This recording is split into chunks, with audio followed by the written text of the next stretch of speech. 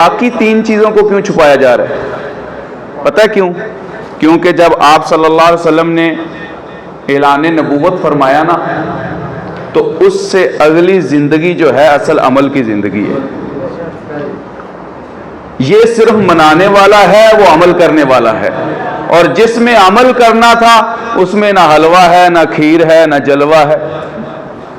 اس میں تو بھائی کبھی فاران کی چوٹی کے پتھر ہیں، کبھی طائف کے پتھر ہیں، کبھی اسلام کی اشاعت اور کبھی غلبے کے لیے جنگیں ہیں۔ اس میں تو گھر بار کو چھوڑنا ہے، بات کو ماننا ہی تو اصل تھا جس سے ابو جہل بفر گیا تھا۔ ایک ہوتی ہے کہ حضور آئے ہیں اور یہ نہیں سوچتے کہ لے کر کے آئے ہیں۔ یقیناً یہ ربیع الاول کا مہینہ ہے اور اسی نسبت سے پروگرام ہے۔ اس مہینے کو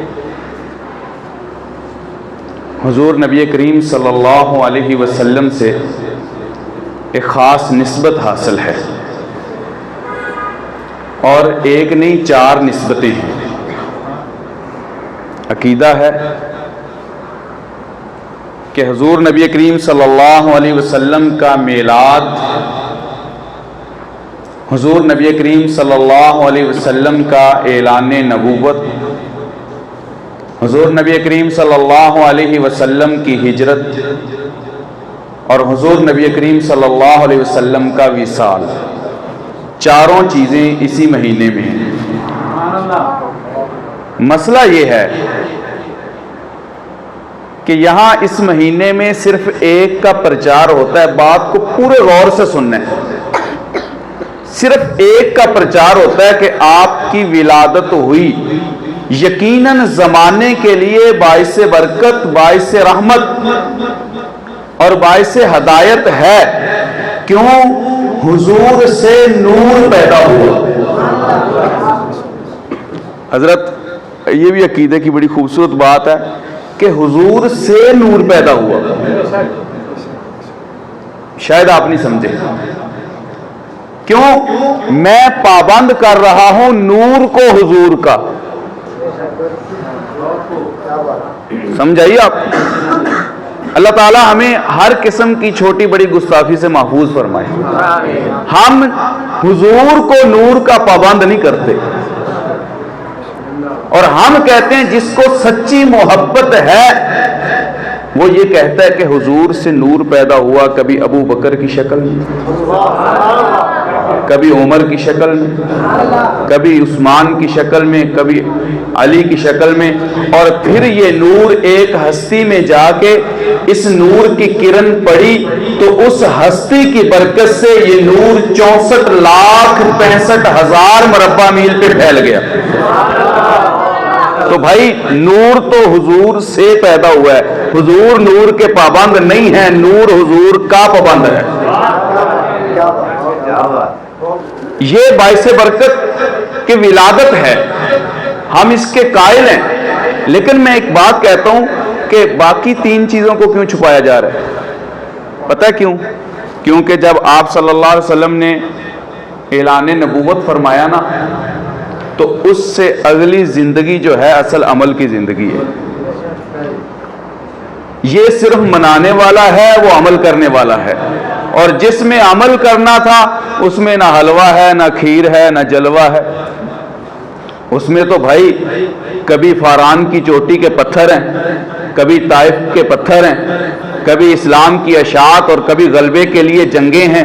اس میں تو گھر بار کو چھوڑنا ہے، اس کے لیے تو جنگوں میں غزوات میں اترنا ہے، اور یہ ساری چیزیں مشکل نظر آتی ہیں۔ مسلمان کہتے ہیں اس کا نام نہ لو، اس سے پیچھے ہٹ جاؤ، بس اتنا ہی بتاؤ کہ حضور آئے ہیں، یقیناً آئے ہیں، لیکن کچھ لے کر آئے ہیں۔ بات سمجھ نہیں ہے؟ ناراض نہیں ہونا، غصہ نہیں کرنا میری بات کا، بلکہ سمجھنا ہے۔ اب نہ سمجھ آئے تو گھر جا کے تھوڑی دیر سوچ لینا کہ حضور نبی کریم صلی اللہ علیہ وسلم میرے لیے کچھ لے کر آئے ہیں۔ حضرت وہ چھوٹے ہوتے تھے، ایک مثال، بس آخری مثال دے کے بات ختم کرتا ہوں۔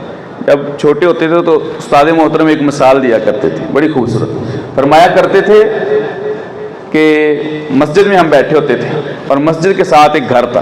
فرمایا کرتے تھے یہ گھر کا پرنالہ اگر مسجد کی طرف ہو، گھر کا پرنالہ اگر مسجد کی طرف ہو میں اس گھر کے اندر گھر کی طرف جاؤں اور پیغام بھیجوں کہ میں آ رہا ہوں، گھر والے جھنڈیاں لگا دیں میرے لیے، لائٹیں بھی لگا دیں، کھانے بھی پکائیں، استقبال کریں، نعرے لگائیں، پروٹوکول، میں وہاں چلا جاؤں، مجھے اچھے اچھے کھانے کھلائیں، گلے میں ہار بھرا ہوا، اور اس کے بعد میں ان سے کہوں کہ میں اس لیے آیا ہوں کہ پرنالہ مسجد سے ہٹا لیں، تو وہ کہیں گے حضرت آپ کا استقبال، آپ کا پروٹوکول، اس سے بھی زیادہ کہیں گے تو ہم کریں گے، لیکن آپ کی بات یہ نہیں ماننی، پرنالہ نہیں ہم نے ہٹانا۔ ایمانداری سے بتائیں، یہ جو شخص پرنالے کے لیے گیا ہے یہ خوش ہو کے آئے گا یا ناراض ہو کے؟ کیونکہ اصل مقصد جو تھا وہ تو ہوا ہی، اس پہ تو انہوں نے انکار کر دیا۔ میں کہتا ہوں جھنڈیاں بھی لگائیں، لائٹیں بھی لگائیں، لیکن دودھ خالص بیچیں، جھنڈیاں بھی لگائیں، لائٹیں بھی لگائیں، لیکن لال مرچ کے اندر اینٹیں پیس کر نہ ڈالیں، صرف میں نمک نہ ڈالیں، بیسن میں مکئی کا آٹا نہ ڈالیں۔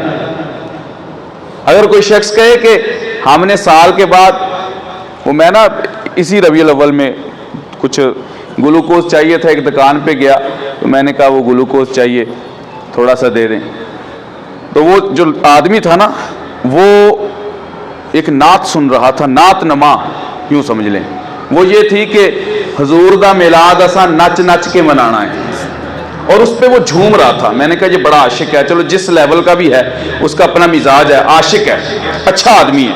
تو اس کے پاس آیا وہ شخص، اس نے کہا وہ جو ایک تھیلا نیچے گرا تھا گلوکوز کا، تو وہ گلوکوز اس کا کیا کرنا ہے؟ اور میں دوسرے تھیلے میں ڈال کے اس کو بند کر دو، اس کا کون سا پتہ چلنا ہے؟ بات سمجھیں میری؟ سن کیا رہا ہے، جھوم کس بات پہ رہا ہے، اور وہ کیا کہہ رہا ہے؟ جس میں مٹی مکس ہو چکی ہے، جس میں دوسری چیزیں، وہ گندا ہو گیا، نیچے گرا ہے، وہ کہتا ہے دوسرے تھیلے میں ڈالو، اس کو بند کر دو، اس کا کوئی پتہ چلنا ہے؟ اب نچ کے منائیں یا ہنس کے منائیں؟ میرے نبی صلی اللہ علیہ وسلم کا جو اصل مقصد ہے اس کو سمجھیں، میرے نبی صلی اللہ علیہ وسلم لے کر کیا آئے ہیں اس کو سمجھیں۔ اگر ہم نے مقصد کو پورا نہ کیا، اور ناراض نہیں ہونا، بات کو ماننا ہی تو اصل تھا جس سے ابو جہل بفر گیا تھا، بات کو ماننا ہی تو اصل تھا جس سے ابو لہب بفر گیا تھا، بات کو ماننا ہی تو اصل تھا۔ اگر صرف ولادت کو منانا تھا تو سب سے پہلے ولادت ابو لہب نے منائی ہے۔ علماء بیٹھے ہیں، سب سے پہلے لونڈی کو کس نے آزاد کیا؟ کیا خیال ہے، کوئی ہے کسی کا کہ وہ جنت میں چلا جائے گا؟ میں انکار نہیں کر رہا، لیکن میں ایک بات کی وضاحت کر رہا ہوں کہ یہ بھی کریں، لیکن حضور نبی کریم صلی اللہ علیہ وسلم جس مقصد کے لیے تشریف لائے ہیں پہلے اس مقصد کو تو سمجھیں نا۔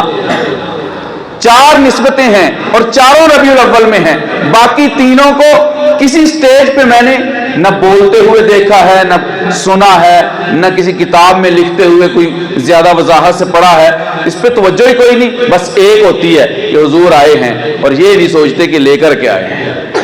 اللہ تعالیٰ سے دعا ہے کہ اللہ تعالیٰ ہم سب کو سیرت نبی صلی اللہ علیہ وسلم اپنانے کی توفیق عطا فرمائے۔